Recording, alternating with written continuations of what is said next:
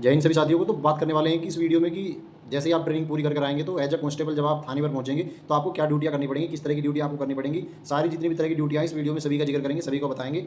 और ऐसी कौन सी ड्यूटी है जिसके साथ आप अपनी पढ़ाई भी कर सकते हैं, वो क्योंकि वो भी बहुत जरूरी है। बहुत सारे भाई बहनों को यही जो कमेंट आ रहा है कि भैया हमें आगे भी बढ़ना है तो हम नौकरी के साथ साथ आगे अपनी पढ़ाई को कंटिन्यू किस ड्यूटी में रख सकते हैं। तो ठीक है, आइए वीडियो शुरू करते हैं। तो एज अ कांस्टेबल जब आप थाने पर पहुंचेंगे ट्रेनिंग करने के बाद तो आपको कौन कौन सी जो है ड्यूटियां करनी पड़ेंगी। ठीक है, तो सबसे जो पहली ड्यूटी है वो होती है पहरा ड्यूटी।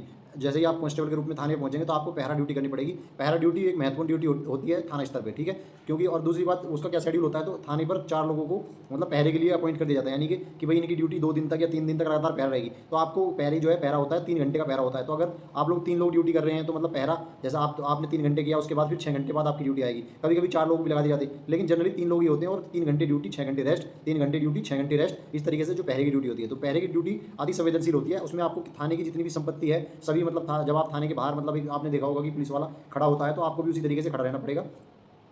हर चीज़ का ध्यान रखना पड़ेगा। कोई अधिकारी आएगा वो ध्यान रखना पड़ेगा। जैसे कोई मतलब कोई मुलजिम आता है तो उसकी तलाशी आपको लेनी पड़ेगी कि भाई वो अपने साथ में कोई चीज़ उसकी जेब चेक करनी पड़ेगी। मतलब उसकी जो है जामा तलाशी, पुलिस में एक शब्द है जामा तलाशी, तो जामा तलाशी भी पहरा ड्यूटी को ही लेनी पड़ती है। तो पहरा ड्यूटी संवेदनशील ड्यूटी होती है, एक अच्छी ड्यूटी होती है जो ध्यान से की जाती है। ठीक है, दूसरी ड्यूटी होती है जब कांस्टेबल जब आएंगे आपको आपके थाना क्षेत्र में, जैसा आपका थाना क्षेत्र है उसमें लगभग आपको 2 या 3 गांव आपको दे दी जाएंगे। देखो जैसे पूरा थाना क्षेत्र होता है, पूरे थाना क्षेत्र को हल्कों में बांट दिया जाता है। कहीं 4 हल्के होते हैं, कहीं 5 हल्के होते हैं। फिर हल्कों को बीट में बांट दिया। तो जो हल्का प्रभारी होता है वो सब इंस्पेक्टर होता है। मतलब देखो पूरा थाने का इंचार्ज होगी SHO साहब होगी, भाई इंस्पेक्टर साहब होगी। उसके बाद थानों को बांट दिया हल्कों में। हल्के का इंचार्ज कौन हो गया, हल्का इंचार्ज हो गया दरोगा जी यानी सब इंस्पेक्टर होगी। फिर हल्कों को बांट दिया जाता है बीट में, और बीट में बांट दिया जाता है तो बीट इंचार्ज कौन हो गया, दीवान जी होगी यानी कि आप लोग होगी। तो आपको लगभग 2 से 3 गांव आपको मिल जाएंगे जिसकी आपको हर तरीके से सूचना की मतलब वहाँ पे क्या है, मतलब कितने सरकारी स्कूल हैं, कितनी क्या चीज़ है, मतलब उन जो आपका बीट क्षेत्र रहेगा आपको उसकी सारी जानकारी इकट्ठी करके रखनी पड़ेगी। कौन प्रधान जी हैं, कौन क्या है, मतलब सभी जानकारी आपके पास होनी चाहिए अपने बीट क्षेत्र की। तो आपकी एक बीट ड्यूटी होती है, बीट में भी आपको ड्यूटी करनी पड़ेगी। तो इस तरह की जानकारी आप बीट से कोई प्रार्थना पत्र आएगा